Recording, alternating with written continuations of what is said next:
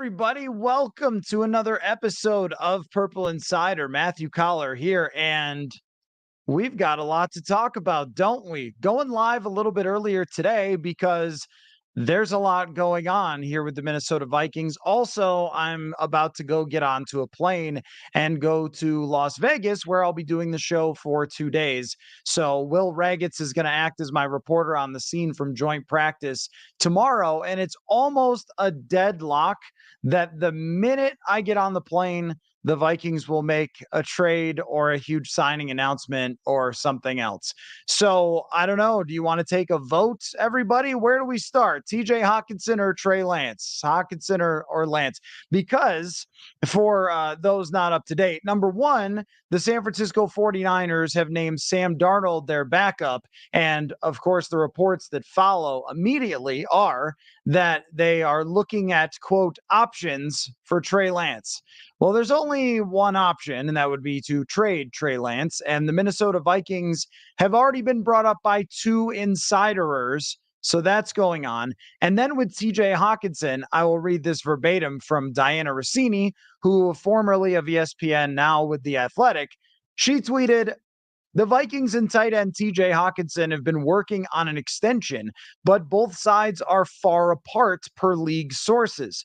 Hockenson wants to reset the market with a historic contract extension for tight ends, has been limited at practice because of an ear infection and then back soreness, which it popped up today as well." So sounds like Blue Wire has to pay for a flight for Wi-Fi. No, yeah, you're right about that. In-flight Wi-Fi, you mean? Yeah, that's yeah.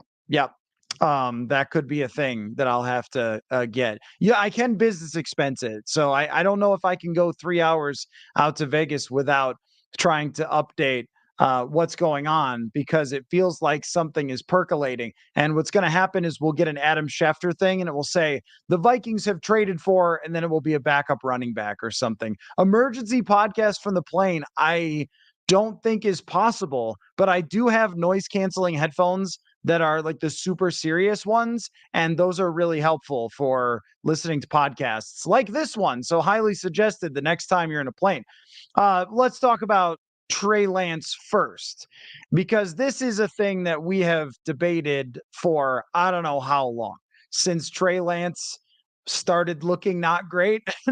It's been at least 2 years, because the Kirk Cousins thing comes up every so often with the San Francisco 49ers. And as soon as there's any connection whatsoever with Cousins and the 49ers, then the Trey Lance idea pops up. And even last year at the combine, wait, that was this year. This year at the combine, there was some rumor, and maybe it was Pro Football Talk that put it out there, that the Vikings were talking to San Francisco about the quarterback situation and so forth. And I think it's more than just purple tinfoil hats for people to be making that connection between Trey Lance, Kirk Cousins, the Minnesota Vikings. It's always made sense on some level. Now, of course, this part takes out the Kirk Cousins element.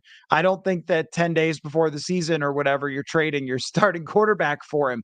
But the idea has now changed. So that would have been something you'd talk about in March or in April. But now Kirk Cousins is your starting quarterback. You have been insistent that you're going to make the playoffs or chase the playoffs. So, okay, we know all about the competitive rebuild thing. It comes up every single day on the show. But part of a competitive rebuild could be that the Vikings trade for Trey Lance, sit him on the bench for a year. Let's say you trade a third rounder, fourth rounder for him, sit him on the bench for a year, and then you have the plan to potentially turn the team over to Lance next year. And if you don't like what you see behind the scenes in practice from a year of having him, then you just say, hey, look, we lost a third or fourth round draft pick. No big deal. Moving on. And I completely see the logic from every single one of you that brings this up and has been bringing it up for some time. That, hey, like if the compensation isn't that high for Trey Lance, why not get him? And you never know. I but after watching a little Trey Lance and watching our guy JT O'Sullivan on the QB School, if you watch that, if you haven't, check it out. QB School is amazing. I think I'm just out on this idea. I think I'm just out because, well, number one, Trey Lance has now had a pretty big sample size of being a San Francisco 49er. So it's not like even with the Josh Rosen situation where they drafted Josh Rosen and then the very next year they were turning around to trade him.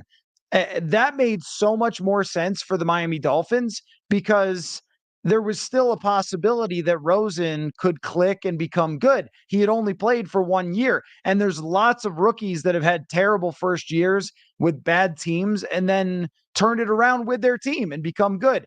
That was never in the cards for Josh Rosen. But at least you could make that argument that there was still plenty of room for potential there and that lots of guys had turned it around after bad first seasons. With Trey Lance, where I'm becoming less convinced is this is now 3 training camps for Trey Lance, and the team gets a really good look at you in training camp, day after day, meetings, practices, walkthroughs, all these things. Like they get a huge sample size on a player. If you ever wonder why the Vikings, try to think in your brain, how many times have the Vikings let someone go and then they turned into a great player after they let them go in camp? Well, why is that? Not because they're geniuses, but because they get a really good look at these guys. And it's really rare that you are completely out on somebody. You're totally done. You've decided they're a bust. You want to get rid of them. And then they prove you totally wrong. So from that perspective, I just don't think it's worth the effort. I don't think it's worth the cap hit of what you have to pay him for next year. I don't think that the potential is ever going to be reached. Maybe it's a Geno Smith situation, but at least Geno Smith, as bad as Geno Smith was as a New York Jet, had his moments. I mean, we haven't seen almost anything from Trey Lance for even getting on the field, and then for a couple of training camps, he has just looked so incompetent that they would prefer to have Sam Darnold. And Sam Darnold is a great example to use where we could say that guy did have moments and he still busted out when the Carolina Panthers tried to do this same thing. All the examples that I can think of recently of when a team is done with a quarterback and he goes somewhere else have just been a bust in that other place too. If somebody's got another, I mean, what, like Vinny Testaverde, how far back you want to go? Steve Young. So the Tampa Bay Bucks of the 80s, I guess, had a few of these. Every so often, there's a situation where somebody turns it around, but usually they at least had their moments. So, I mean, like a Ryan Tannehill took the Dolphins to the playoffs, had some decent seasons, and then got better. And Rich Gannon is another example of a guy who was a decent starting quarterback and won games for the Minnesota Vikings as a starting quarterback. He won the job, played a bunch of games, won a good amount of games, and then eventually down the road improved and became a great quarterback. But we're talking about from Trey Lance, someone who's been so bad that their team is just saying, nah, we're out, we're done. Also, it matters who's doing it. Kyle Shanahan. I don't know. You guys want to bet against Kyle Shanahan? They got Jimmy Garoppolo, and he's turned into a very good quarterback, and they seem to be confident in Brock Purdy. Wouldn't even be surprised if Sam Darnold plays there and ends up doing some things for Shanahan. I mean, I think this guy knows what works at the quarterback position. And if he's had a chance to be in the same room with Trey Lance for this long and is ready to let him go, I am willing to take my chances with that not working. And here's the thing. So you say, okay, well, they don't have to give up much, but they do have to give up cap space. And they also have to give up dedication. You have to at least dedicate yourself to seeing if this works, which means giving him some sort of chance. Maybe even it's in next year's training camp. And you get the distraction with Trey Lance of being traded here before a season where you're trying to win. So I don't think that this is worth it. And what about Bob jumping in with it's a crapshoot? It's not though. Not with guys who have been this bad to start their careers. Paxton Lynch. Would anybody take a shot on Paxton Lynch? He still wants to play in the NFL. Anybody? Former first round pick. Never got a chance? No, nobody? Well, there's a reason. Because if you are that bad, then you're probably not going to work out. And by probably, I mean definitely. And yes, I understand Shanahan traded up for him as a prospect who had barely played any football. It was a risky thing to do, but the guy had played barely any football. You trade up as a prospect. There's been a lot of great prospects through the years, lots of great prospects. But when you have 3 years in an NFL building to learn an NFL system, and I just can't tell you, like, if you watch JT O'Sullivan's breakdown, I just don't think that you're going to be interested. I mean, and this is me coming from a place where I grew up, where all they did was draft quarterbacks and try to convince themselves that someday they could be something. JP Lossman, Trent Edwards, EJ Manuel, like this happened over and over again. And it never works out when you get this far into things. And if you compare him to Jordan Love is an example of somebody who sat for a couple of years. I mean, that's exactly right. The right here of like he should be where Jordan Love is right now. That's correct. He should be in a position where he's starting. He should be in a position where he is easily beaten out these other quarterbacks who he has more talent than and not being talked about as number 3. That means it's real low for Trey Lance. And I just don't see that it's worth it to spend the cap space, even a little bit of draft capital to take that shot. Because when you say this is kind of how, like every year, people try to convince me that a 5th-round quarterback is a good idea, and then that player turns into Kellen Mond or Jaron Hall or the number of other Nate Stanley or whatever. And it's like, well, that's what happens when you draft, right? I mean, every once in a while, there's a Brock Purdy, there's a Tom Brady, and maybe someday there will be a Trey Lance who turns into a good quarterback. But when the guy is so far off of being a starting quarterback after this long of sitting and being able to develop, I just don't see almost any chance that that's going to work out. And the other thing is, too, let's say that it does. Let's say that the guy goes from the worst quarterback in the league to maybe he's like 15th. Then you have to pay him. And then what's the problem? You have the 15th best quarterback and you're paying him. Wait, does that sound familiar to you guys? If he sits this year, you pay him for nothing. And that's not great. And then you go into next year, and then he's done with his rookie contract. Like then poof, there goes the advantage from the rookie contract. I just don't see this as being a good idea for Trey Lance. And I totally understand where you guys are coming from. And I wouldn't be terribly shocked if the Vikings had the same thought based on what we've seen recently from them. They trade for Jalen Reagor. They trade for Ross Blacklock. They bring in Jawan Williams. They have really been interested in former high draft picks to take a shot on. And this one would be just a roll of the dice. And that's why people bring it up is maybe it's worth a roll of the dice. And if they do it, I mean, I don't know. It's hard to overly criticize for that roll of the dice if they do it. I'm just saying from my seat, I'd say that the juice is not worth the squeeze when it comes to this. And you're much better off going into next year's draft and taking a shot at somebody there.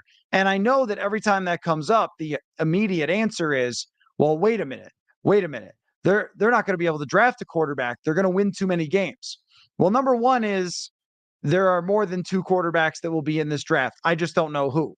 And the other part of it is there are other quarterbacks who haven't been picked 1 or 2 that have worked out over the years. So I think I'm willing to roll that dice. And if you end up up a creek a little bit with a journeyman backup or something as your starter, that's not where you want to be. But there's usually almost always options. Even if you ended up with a Derek Carr-like situation, that's probably better than wasting your time with someone like Trey Lance, who is like 99% not to work out when you get to this point, or at least not for a long time. So the only argument is the guy hasn't played much football. And that's true. That's true. He has been so injured, but then you're going, wait, he's been so injured. Like, is that good? Is that a good argument? Probably it is not. And physical tools, we just watched Malik Willis play against the Vikings for a couple practices. Is Malik Willis not just like Trey Lance, an incredibly gifted physical player who cannot diagnose what he's seeing and execute it. And that's what I saw from Trey Lance when he practiced last year. I mean, I've mentioned it on the show before. That was part of my case against it throughout the summer. It was like, I don't know. I mean, if you were going to do it back in March and it was going to be Trey Lance as our quarterback, hell or high water, Kirk is in San Francisco, here we go. That I could have gotten into, because if it went horribly, you draft number 1 overall or number 2, or you're Carolina and you could trade up or whatever. But now that we've got to this point, you've got to pay him for a year to sit, then hope he becomes something. Are you still drafting a quarterback? And then if he works out, you're paying him, but then you're trading your other guy. Like, to me, it just doesn't really fit. But we will see. Sometimes when the whole world is kind of on top of something like this, it comes to fruition because it's sort of a worst kept secret. And maybe they have a different evaluation based on what they saw in practice from last year. But I am not buying into this idea that Trey Lance is a good idea for the Vikings. So happy to get more of your feedback, but let me move to the other major topic of the day, which is TJ Hockenson. So I read the tweet, but if you didn't hear me read the tweet, let me see if I can pull up the tweet. Okay, I don't have it now. Diana Rossini saying that TJ Hockenson wants to reset the market and become presumably the highest paid tight end in the NFL. I'm going to say if that's the case, then we might just end up being at a standstill for a while. The official stance, as many of you know, of Purple Insider has been extend TJ Hockenson. But when I look at the projections of the tight end market versus where the franchise tag is, so you have Darren Waller making 17 a year. You've got to clear that to keep TJ Hockenson. I think TJ Hockenson is one of the 10 best tight ends in the league. But it's a little bit like the quarterback conversation where Patrick Mahomes, Joe Burrow, and Josh Allen are number 1, 2, and 3. But the difference between them and like number 7 is really big. It's way bigger than number 7 and number 15, right? I think it's that way with tight ends. George Kittle, Travis Kelce, probably Darren Waller are up on a different echelon. Waller is a downfield threat, which is very unique. And Kelce averages 14 yards per reception and is on the same page with the greatest quarterback of a generation.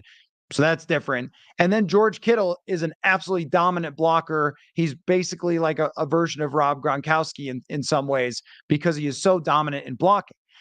I look at TJ Hockenson as being a much more one-dimensional type of receiving tight end. And that is still a compliment to him because he's a great receiving tight end. It's not just okay at it. He's really good at it.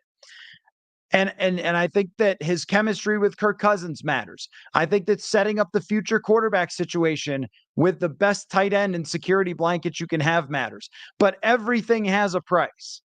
And if this is the case, and I'm always hesitant because of the spin that can happen with language, with insiders and stuff like that. That sounds to me like that's a team kind of thing.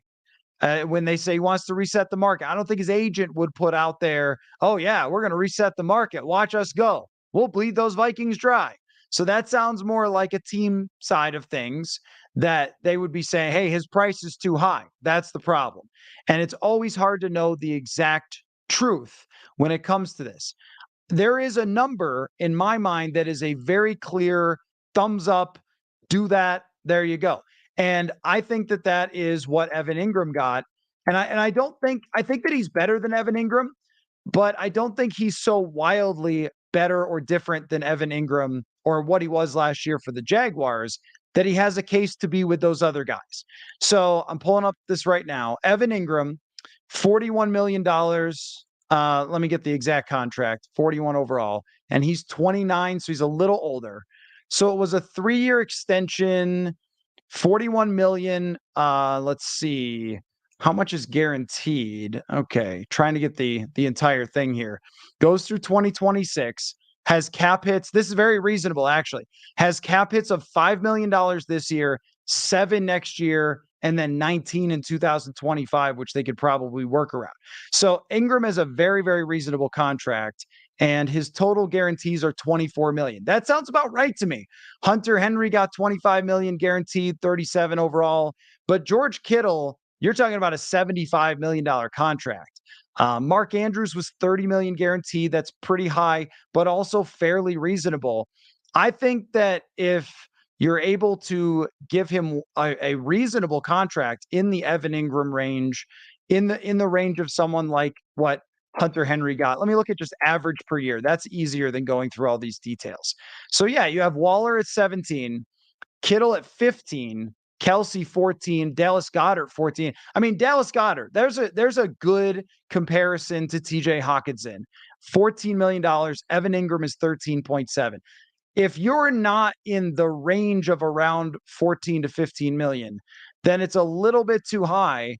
And I think what we're seeing maybe in training camp, Josh Oliver's been really good, surprisingly good.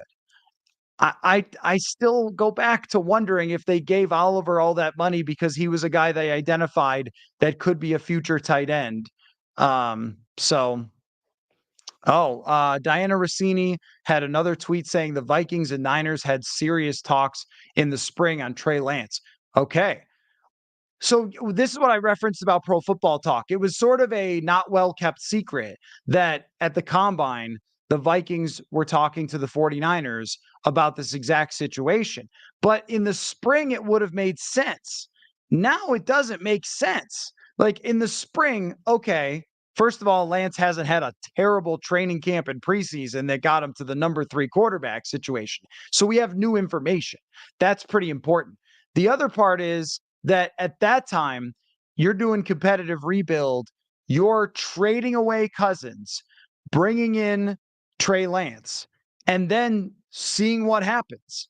And that to me would make a lot of sense. All right, so you're going to see what happens, but if it goes bad, that's actually good, right? Now it's different because now you're in a position where you're not trading Kirk Cousins to the 49ers. He's playing quarterback for the Vikings this year. So that means you sit Trey Lance. And if you sit Trey Lance a whole year, okay, you're paying him for this year, and then you're just not drafting a quarterback and going with Trey Lance and just rolling those dice for a guy that San Francisco can't seem to wait to get rid of? Things have changed within the last 6 months. I would have supported that idea all the way back then. Now I see it as being different. Play out your competitive rebuild, try to make the playoffs with a good team that you have right now, and then draft a quarterback next year. Because even in the case that he's decent, then you're going to have to negotiate a bigger contract with him. And even if he's mediocre, like Daniel Jones was last year, what did he get? 37 million? Even if someone is mediocre, you have to pay him $40 million a year. I don't know. TJ is much better than Evan Ingram. Well, when we say things like that on the show, we try to figure it out, whether that's actually true or not. How much better than Evan Ingram is he? I mean, for one, he and Evan Ingram neither of them are blockers. I would say TJ Hockenson is a well below average blocker, and that is one of the reasons that they decided to go out and get Josh Oliver. So when we look at, I think that Ingram, to me, so 73 catches from Ingram last year, averaged 10.5 yards a reception for his career 10.7. He grades lower by PFF than TJ Hockenson. So that is true. But in terms of like yards per catch and the impact in blocking, it's not wildly different. And in fact, their PFF grades are not that wildly different. It was a 65 for Ingram last year, a 70 for Hawkinson. And part of that is just the fact that there's some drops mixed in and that it's not a guy who is going to make an impact in blocking. But 10.6 yards per reception overall last year, but only 8.7 as a Viking. He was very much an underneath type of guy. Now, look, I have gone on and on and on about how much I respect TJ Hockenson. So I'm not downplaying what you're saying. I agree with you that he's better than Evan Ingram. I think you can use him in a lot of different spots. He's very smart. He's reliable. But I think he's closer to Evan Ingram than he is Travis Kelce or George Kittle. And I know some people think Darren Waller is overrated because he's been injured. But I don't know. I did see Darren Waller once in person, and it was pretty darn impressive. Waller in 2019 and 2020 was an absolute monster. So that's why he has that contract, is because 2019 and 2020, he was well over 1,100 yards, 12 yards a reception. I mean, he was a big time player in those years, but now I'm not sure what the injuries have done to him. So, but he sets the market based on those years. And I don't think TJ Hockenson is going to average 12 yards a catch and is going to bring you 1,100 yards. I think it's much more like 85 catches for 758 yards or something. He's surprisingly Kyle Rudolph-ish, even though they're different sized players. And you do have to have a limit on that price. You're also going to pay Jefferson, we assume. You're going to pay Darisaw, we assume.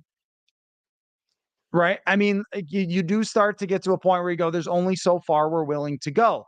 I also think that we heard a report the day before Danielle Hunter signed his extension that the Vikings were looking for trades. So there is I'm going to shut off this podcast and then they're going to sign an extension with him. and like there is an element that's very possible of that, because I think that, I've told you guys through the years that one thing you have to be really wary of is reports on contract extensions, because you have to consider where they come from. And a lot of times they're used to try to push somebody one way or another, but both sides probably want this. And so you have to consider that too, that some of these things, they get heated, they get contested, and then eventually they get worked out. So keep that in mind as well. Like, don't totally panic. I'm also looking up where Hawkinson ranks for run blocking, because he's a well below average pass blocker. Now, by PFF, and it's not always perfect, but I think that blocking is one of the best things they do.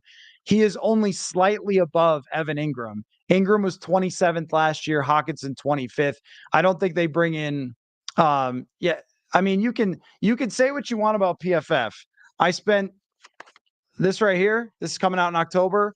I spent 2 years reporting on everything that they do. And PFF gave Oli Udoh a 67 against the Titans. Well, that dispels the fact that I can show you guys the chapter if you like. Do we have to do this every show? I could show you guys the chapter in this book that I wrote about one of the greatest offensive line coaches in NFL history, taking me through how he uses PFF grades. We can do that if we want. So I'm not saying every PFF grade is perfect. Right here. There it is. It's called Coach's Corner. Everybody see it? There it is. Paul Alexander, one of the great offensive line coaches in the NFL, took me through on the phone how he uses their blocking grades and how I should use them as well. So I don't think that Oli Udoh's grade being like not quite as low as you think it should have been, you watching on TV, that's going to dispel me using it to show you objectively. And unless you watched every Evan Ingram blocking play, did you? Did you watch every Ingram? They did. So I'm going to go with that. Actually, for you guys talking about it, reading it to you, I am. That's one of the reasons my voice is a little bit worn out, is because I'm actually doing the audible version of this book. My whole point is nothing's perfect. Their grades aren't perfect. But as a reference to start with, if we're talking about a player and how valuable they are and what they do, we're going to look at objective measures, because I have not watched every Evan Ingram play. But I think when you look at them on paper, yards per reception, how many receptions they get, yards after catch, where they line up, what their blocking is, the difference isn't that much. And so he's getting 13-7. Well, where does that put you on TJ Hockenson? You like him better? I like him better than Ingram. 15?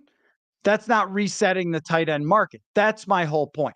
And if they loved Hockenson so much as a blocker, they wouldn't have brought in the number one blocking tight end. They probably would have let TJ Hockenson do it, right? So anyway, the whole point is we don't have to do this PFF thing every time. Wait, I got to set the book back up. This is my free promotion here. There you go, on the screen. We don't have to do the PFF thing every time I bring it up. It's going to get brought up because it's a really a better objective measure of what we're talking about than me just randomly guessing based on 3 games I've seen from Evan Ingram and not even on tape because he plays for the Jaguars. Anyway, so the whole point is 15 million is cool. 25 guaranteed is cool. You know who else is in a similar spot as Dallas Goedert? Do you like him better? There's about 5 of these guys who are in the same cluster. Put it that way. Let's cluster our tight ends. Up here in the Hall of Fame cluster is Kelsey, Kittle. Waller is in the high end, can go for 1,200 yards and go downfield. All right, put him there as well because he's the highest paid guy. So there's your ceiling. If you want to reset the market, you got to get paid higher than those guys, and that's not where Hockenson is. And I think the way that the general manager of the Minnesota Vikings, Kwesi Adofo-Mensah, operates is that he's got a price, and he's not going to go past that price. He has evaluated it. My guess is he's looked at some of these same numbers as I just read to you, and he's decided on who the most comparable players are and comparable contracts and what it's worth. So I like TJ Hockenson as much as anybody. I think he's a terrific player. But if we're talking about $18 to $20 million, you just can't do that, especially when the franchise tag is probably going to be like 13. So, I don't know. Yeah, it's an interesting situation because here as I rant about it, I also just want to circle back and say that they still might get something worked out and everything else. And this might be put out there in part just as a little bit of pressure to try and get something done. High Times KG asking, wonder if they're trying to get the Hawkinson deal done before Jefferson. What's the holdup on that one? The holdup on that one might be that Justin Jefferson doesn't have to sign it now and understands that if he has another year like this, then their feet are really to the fire. That could be it. It could be that it's complicated to make someone the highest paid player in the NFL. It could be that the Vikings have a price on him too. That's different though, because there's no metric, PFF, ESPN receiver analytics, nothing that'll say anything different than Jefferson's the best in the game. And so there's not really a complication there, but it could be guaranteed money. It could be years. It could be lots of things with Jefferson that they're working through. I will say, if we walk out of this training camp and neither player has signed an extension, then I think we all will go, was that ideal? I don't think so. Was that handled the best? I'm not sure if it was, because I felt like you needed to get both of them extended to be completely solidified. All I'm trying to point out is that when you do an objective analysis, no matter how much you love a player, and you put everything in a pot, and then you try to make comparables to other tight ends, the price is not going to come out with him making $20 million a year. It's just not. And if that's what they're trying to push for, then they can't go there. I also totally understand that you folks have cheered for this team, but also like the Minnesota Twins for a long time and heard a lot of, well, we just couldn't go to his price. We just couldn't match his price. And you let good players go because of it. And that's not something that you want to hear. So it's tricky. It's tricky. And again, my stance has been to extend him, but you can't do it if he's not going to budge and he's going to have many different ailments that keep him out of practice. Maybe, I was joking that like gout is next after, although not that that's a joke. I've heard that's horrible. So I'm sorry, but like what's the like lower back stiffness and whatever else. So, and you are right. You are right that they have the franchise tag and there's nothing that TJ Hockenson can do about that. And that's their equation as well, is that you have the franchise tag. And if the franchise tag is going to be like 13 million or something next year, why should we pay you 17, 18 million? Gout is brutal. Yeah. Yeah. Sorry. I don't mean to joke about gout. I just thought like it's a really random ailment that he's going to claim to have next after missing another practice today. But inappropriate to make fun of anybody with gout. I'm sorry for that. Let me tell you, by the way, can we go from gout to no, we can't. That's just too awkward of a situation. So let me get your guys' take on these things. I'm sorry, I've been ranting here for a while, but what do we think? Okay, yeah. All right, everybody's coming in with their gout experiences. Or that it's not good. I'm sorry. But so I should have gone somebody else's joke was the plague. I should have gone with that, but the plague was worse than gout. Um Anyway, so what are we feeling? Yes or no on Trey Lance? Yes or no on paying Hawkinson whatever he wants? Are we thumbs up, thumbs down, side thumbs? Like how are we feeling? Bilateral bilateral leg weakness was the right answer. Polio. I hope polio doesn't make a comeback. That would not be good. But polio is pretty brutal too. Maybe we should have just said like an eyelash in his eye, but as a contact wearer, that's not good either. So are you guys thinking that they should trade for Trey Lance if they're not trading much and extend Hawkinson at his price? Let's even just say that he's going to clear Waller's 17 per year and that's what he's looking for. Um, Bobby Hill gets gout on King of the Hill. Love that show. Love that show. Keep digging the hole. Yeah, you're right. It's pretty hard to find some like debilitating disease to joke about. So, yeah, maybe I'll just keep that one in my back pocket next time. But the whole point is that he doesn't actually have them. So that's what makes it funny. Absolutely. Jeff says absolutely no on paying on Lance and no on paying Hawkinson top dollar. I tend to agree with you. And after watching Josh Oliver for an entire year in training camp, I don't think it would be that insane to say, all right, either go or franchise tag him, and maybe Oliver is the next guy after that. He's just been very impressive. And look, this is what happens. You sit out, and then somebody else comes up and gets your reps and then looks pretty good.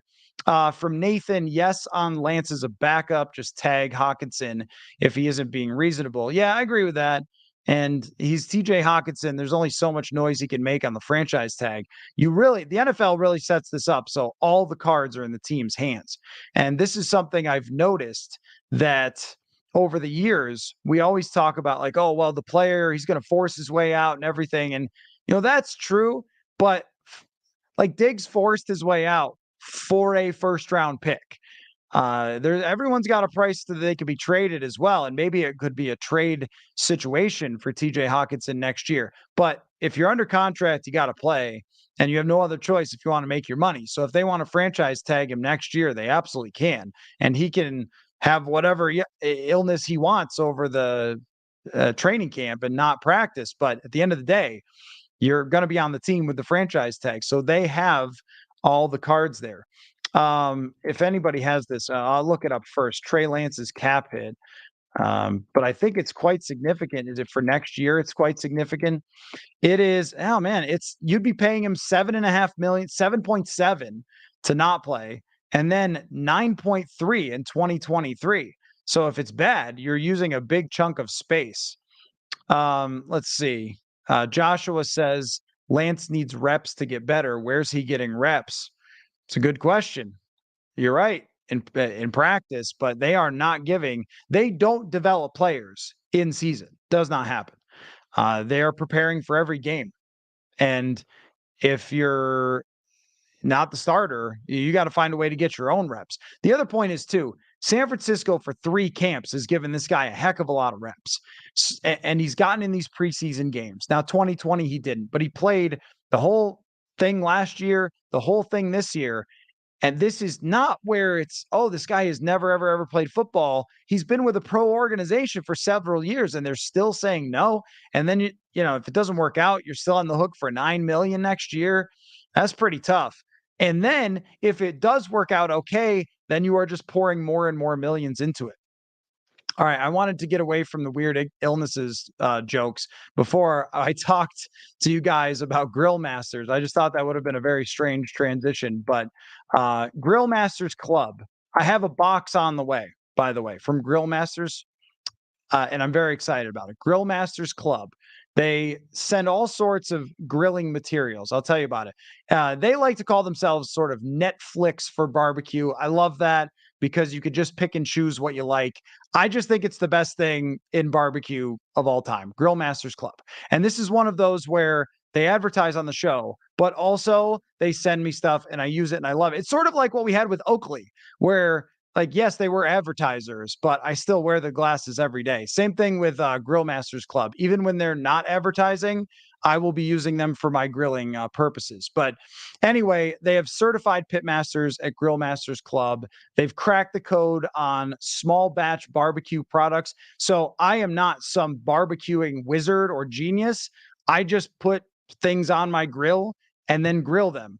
And what Grill Masters Club does is make that like a really enhanced experience for somebody who doesn't really know what they're doing. And what's great is that you can choose monthly, bi-monthly, quarterly for these Grill Masters Club boxes. You get charged once a month, a couple days later, the box shows up at your door. Super simple, but they also don't keep charging you over and over and over again if you're not using it. So you can come and go as you please with Grill Masters Club. Another thing that makes it great.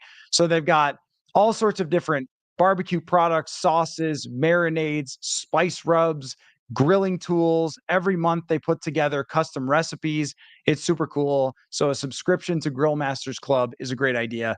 Grillmastersclub.com. If it hasn't been made clear, grillmastersclub.com, and 50% off using the promo code PURPLE. So if you guys are like me and you're grilling because it's really hot out and that's fun, 50% off the promo code PURPLE, grillmastersclub.com. Okay, back into the discussion.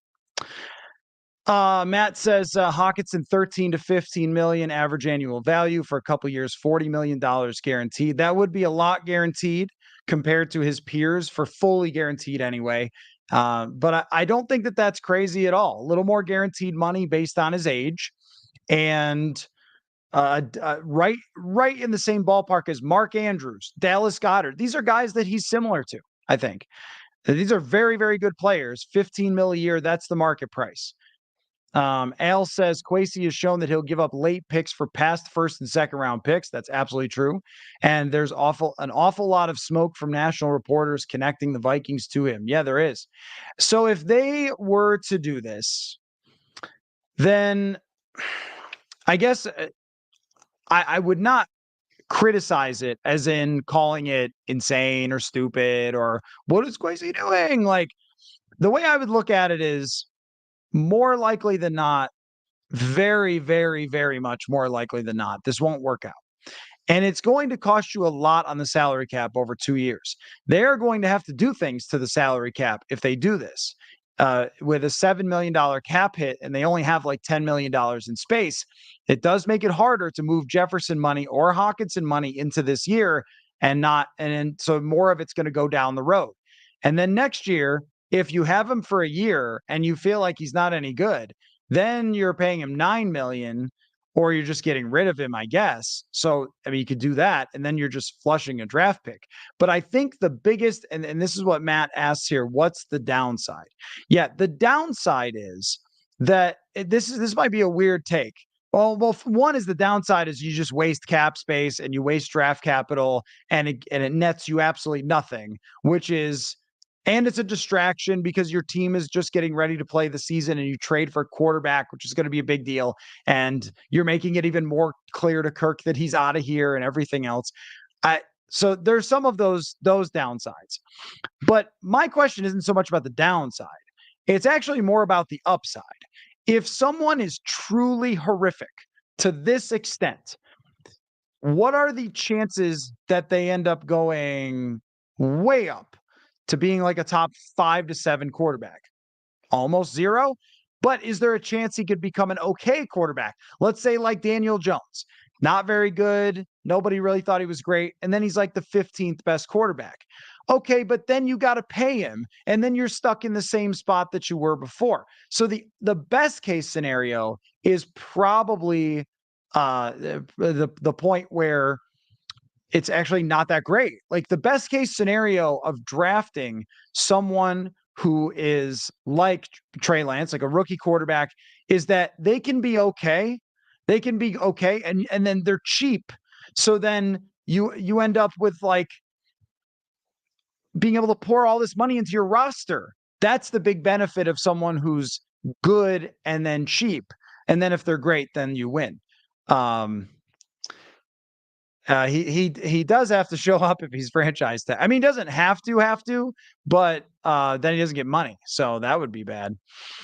I don't want to lose the Kirk to Hawkinson connection in the playoffs. Oh, is that like a 4th and 8 joke? I'm not sure. Worst draft trade, Trey Lance or Lewis? Well, I mean, come on. Lewis seen as a trade down, of which they got a bunch of other draft capital, which theoretically could have turned into something and just didn't. But Trey Lance was trading a bunch up. I understood Trey Lance. Would only okay, so Jason says it'd be a 5 million cap hit. 49ers would keep some of it on theirs. All right, fair enough. You're still spending cap space. You're still spending time and effort. You're still spending draft capital, all to bring in someone who a really great organization with one of the best coaches is bailing on. I just feel like it's a tough ask to do. What are we paying for it? Like the fifth round pick, and even then, next year you're talking about a decent sized cap hit for him, and you might have just wasted everyone's time. But the people who are making this point though about like why not take a shot at it, I respect that point very much. I do. I really do. I'm a little more concerned about if it turns out just okay, and then you don't know what to do with it, as opposed to if it turns out great, obviously. But that ship is almost sailed at this point. So yeah, I mean, I totally feel it when you guys are talking about a reason to do it is just because if you liked him coming out, you evaluated him, and they're going to give you something for nothing, then you take a shot at it. So if Kwesi decides that this is a good idea and they should take every shot they can at quarterback, I'll say, okay, because it makes it more clear you're moving on and you are taking a shot at a quarterback, which is fundamentally good. I just think it sounds similar to me to why don't we draft someone in the 4th or the 6th for a quarterback? And we go, okay. And every year we're like, okay, but that probably won't work. It's like, no, it's a great idea to take a shot. And then the guy is cut out of camp. And we're like, okay, well, you're taking a very, very low percentage shot. There's probably a higher percentage chance Jalen Reagor would turn into a good player because at least he was on the field in Philadelphia. Trey Lance couldn't stay healthy. And when he was on the field, it was so bad that 2024 is going to be 5 million. Okay. So they would have to eat some of that and then 900,000. Okay. Well, that does change the math a little bit on, because I was just looking up his cap hits, but I didn't realize that they would be able to take some of that on their side. So you're looking to me, it's just not a very likely scenario that he turns out to be any good. And then you've given away draft capital. I could see it though. I could see it. So that's a separate conversation is what do we think? And feel free to drop this into the chat. Percentage wise chance it happens. Like 20%? Are we thinking higher than that? I guess I would probably go about 20%. I just think it's better to move forward with this position than trying to pick up somebody else's discarded quarterback who has not worked out. But I guess I would go probably about 20%. Hey, Jordan Addison was back at practice today, by the way. If you wanted any other talk about anything else, he looked good. Back from the concussion, back out there. Jalen Nailor is working on the side, and so it looks like he's on his way back. But whether that happens, I don't know, anytime soon. It doesn't look like he's going to be back for these practices. So that makes the wide receiver situation complicated with Jalen Nailor, and I'm not sure how they work that out. Because my understanding is, even if you want to put somebody on the 53 or on the IR, you have to have them on the 53 as well. So it's not like a cheat. Okay. Jonathan texts me that in the poll, there was 57% of people want the Vikings to trade for Trey Lance. Okay. So it's an unpopular opinion for me to say, just move on. But I also think that this always seems like a good idea in theory. And no one has let me know of a player where this actually worked. And we had to go back to like Rich Gannon, but Rich Gannon was a starter and he was a decent starter who won games for the Vikings and then became good. I can't think of anybody else. I mean, I covered JP Lossman and well, no, I was growing up with JP Lossman. I covered EJ Manuel in Buffalo, same sort of thing. Maybe somebody else will pick him up, and we should have the Raiders picked him up. Like, oh, we should get EJ Manuel. He was a first round pick. That didn't work out. So I don't know. Kwesi has yet to hand out a multi-year extension. Would Hockenson be the first? That is true. That so far it's been all short term, and that's what the competitive rebuild is, not locking themselves into anything long term. And there will have to be some point where the money gets put down. And with Hawkinson not being signed, you wonder, all right, are you going to pony up at some point and maybe just go a little bit too far because this is a guy that you could really use? But maybe Hawkinson, they don't view him as irreplaceable as we have. Let's see. Who's the last quarterback on a rookie contract that was traded and panned out? Yeah, that's what I'm asking. I don't know. I don't know. I mean, I guess it could be like Jimmy Garoppolo, but Jimmy Garoppolo is behind Tom Brady, and that's the only reason that happened. So, um, we're somehow Lewis Cine has invaded because of the joke about Lewis Cine. That's why. Yeah, it was a joke. Yeah, he was making a joke about Lewis Cine versus versus Trey Lance with the trade. Has there ever been more of a lock on the 53 than Jalen Naylor? KOC loves him.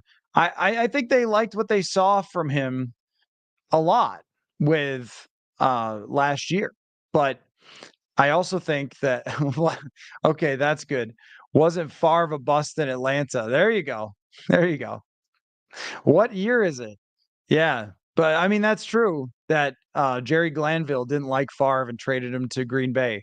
That did happen. So that's what I mean, though. Vinny Testaverde, Steve Young, Brett Favre. There have been a few of these highly touted quarterbacks that didn't work out, and then eventually became great in the '90s. You're talking about my childhood of this happening, but not recently. So Josh says, give us a date when we should be concerned about no JJ extension. I believe that date is the first play that he runs in 2023. Then you're concerned about it. Because in 2020, they took the Dalvin Cook thing all the way through camp, and we were wondering what's going on, what's going on. And then on a Saturday, might have been like a Saturday morning, they finally came to an extension, and we had a Zoom call with Dalvin Cook. I remember that. We had a Zoom call with him on a Saturday to talk about his extension. So it's the end of Saturday before they play their first game, because once they play a game, I can't see them negotiating anything with Justin Jefferson. And then we go into next year. It's not illegal, but it's unlikely once they start to do that. It can happen, but that makes it less likely. Let's see. At least one can understand the reasoning of giving all the first round picks up for a QB that supposedly had the highest ceiling in the draft. Oh yeah, I don't blame San Francisco. I think also, by the way, like trading down, that was questionable in that draft with Lewis Cine.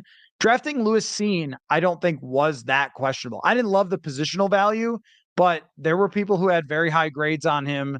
It was right around where the consensus board said he was looking like a guy that you pair with Harrison Smith, take over for him, game-changing playmaker, rebuild the secondary. Secondary matters. Like it wasn't. I remember talking about it. It wasn't so much the player as it was the decision, but then the player hasn't worked out either. And so, of course, it makes it look a lot worse. But what San Francisco did was, and this is what the Vikings are really, in a way, trying to do here, which is build up their roster to a point where they're ready to drop in a quarterback and give them a good chance to succeed. This is another reason that I would be not into this idea, because I really think that there's no better situation in the NFL than San Francisco. I mean, if you can't thrive there, where can you play? They have even a better setup considering their offensive line, their coach. I mean, it's probably if you were a quarterback yourself and Roger Goodell called you and said, hey, you're a great quarterback, you could just pick your team. Who are you picking? Probably San Francisco. So I don't know. That's what makes it kind of tough. But the actual decision they made to trade up for him, Made a lot of sense. And at the time, it was all very muddy. They were taking a huge risk on a guy that they had barely seen play college football. And I respect that they went for it, but, it doesn't always work out. And they survived. Sometimes we act on this like you can't survive if you have a draft pick go wrong. From Matt, what's the draft pick you gamble with Lance? Yeah, that's a good question. Probably, probably a fourth with maybe some sort of, hey, if the guy ever leads them to a playoff game, then you get a second or something. Do it that way. But I wouldn't go much higher than something like a fourth. Let's see. Only call if they take Kirk so Lance can lead us to the number 1 overall pick.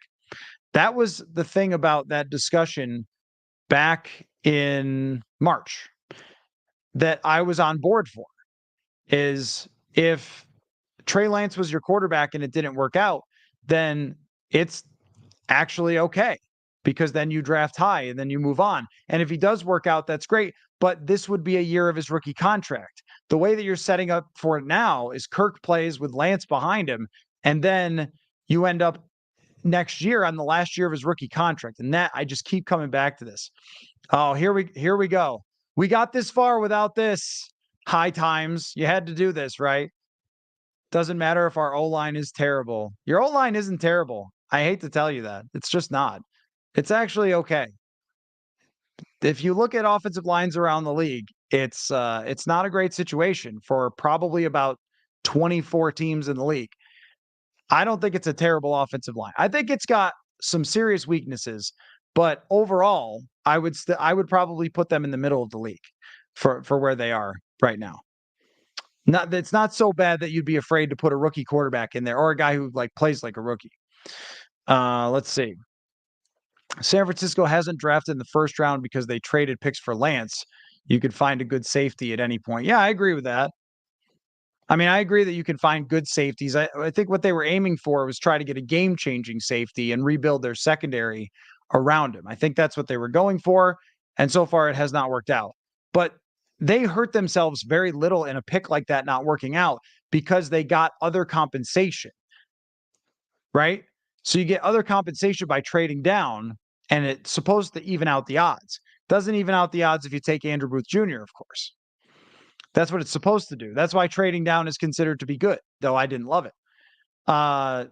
Is Asamoah the biggest loser of this Vikings camp? Well, the biggest winner is Ivan Pace, and he's more or less taken his job, so there is that. But yeah, I mean, it's been tough for him. He started out as the clear-cut starter, and as soon as Asamoah, had some time out, it was like Ivan Pace just took over and played like a little Wolverine and has been really great, and they seem to love him since then. He was making plays today against the Cardinals, had an interception. He was kind of all over the place. So yeah. I don't know if he's the biggest loser of camp. Might be Kenny Nwangwu, Jack Podlesny, who never got a chance to kick. I don't know. But yeah, I think Asamoah is, unless I just wouldn't be done with Asamoah, though. I think he's still a talented player, but I wouldn't be completely done with Asamoah. His career's over because he lost a job to a UDFA.